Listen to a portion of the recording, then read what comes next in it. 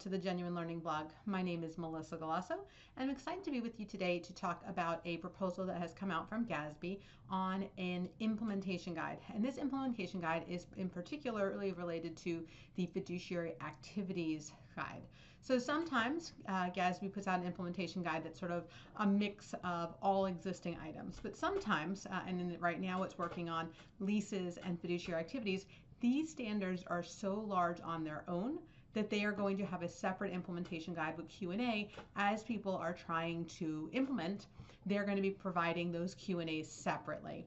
Eventually, as we get good at this, they'll go and roll into future annual implementation guides. But while they were working on the implementation, and they were getting these questions in, they wanted to address them. And the team that worked on this worked really, really hard. And so I'm excited to be able to share a little bit about it with you. So first off, it is the implementation guide. It was issued on their website, posted on their website on January 3rd of 2019. They actually approved it back in December, but it didn't make it into the website until January 3rd, and comments are due February 28th. Now this is something you definitely want to read because there are a lot of really good examples here. So remember, implementation guides are now authoritative. We changed that. They used to not be authoritative, but they had such great guidance in them that they go through due process so that they can be authoritative. And so as a result, GASB puts these out for comment, and our comments are used to make sure the implementation guide makes sense, provides rational answers, and answers all the questions that we have. So definitely encourage you to take a look here. Now, when we look at this, there are 53 questions related to the implementation guide here. Now, they're all related to fiduciary activities, but they're broken into different types. So of them, there are 39 questions that are specifically related to identifying whether you have a fiduciary activity. Now, if you remember in GASB 84, there are three flow charts that you should use as part of the process.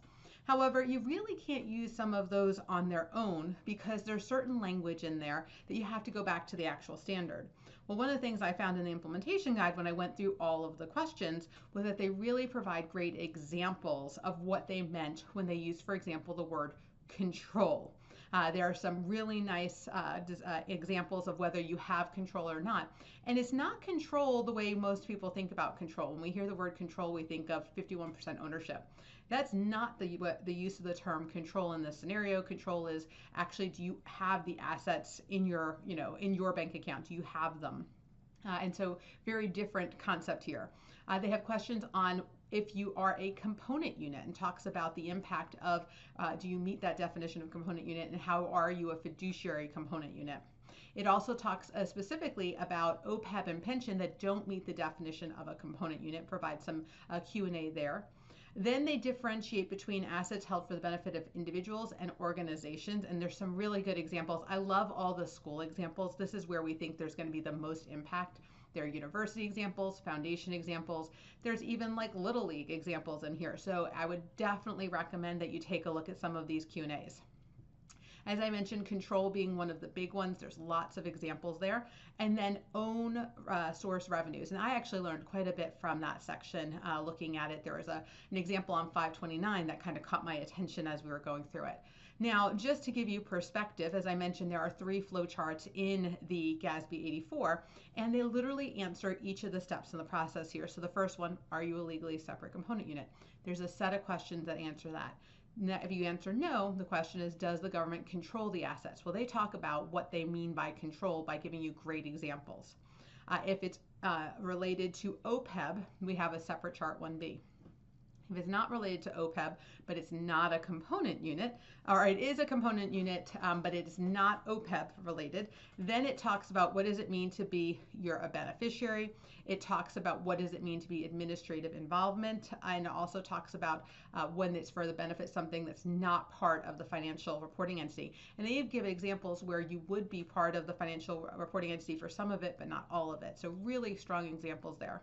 Now, if it is not a component unit and the government has control, we go to 1A. And in 1A, you'll see some questions in here, again, related to OPEB. OPEB always goes to a separate chart.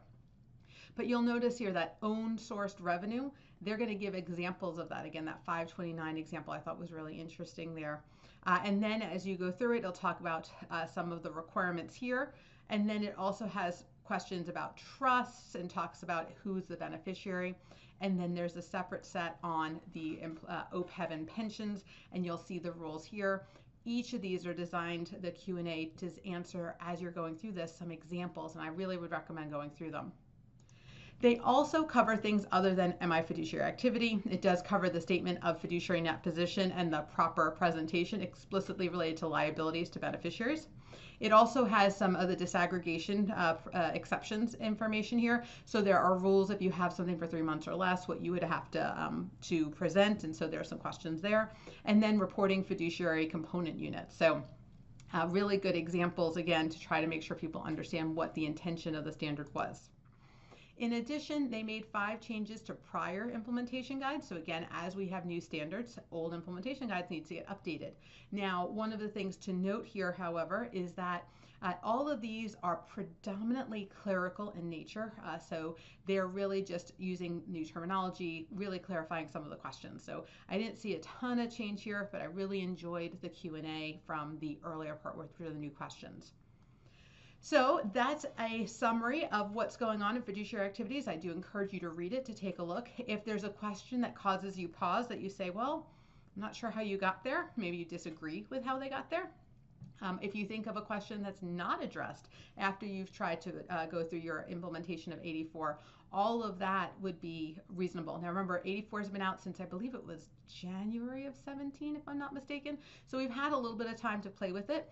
And so now the goal is to go through this process of trying to actually implement. And as that effective date is coming through, we really want to make sure that we answer all your questions.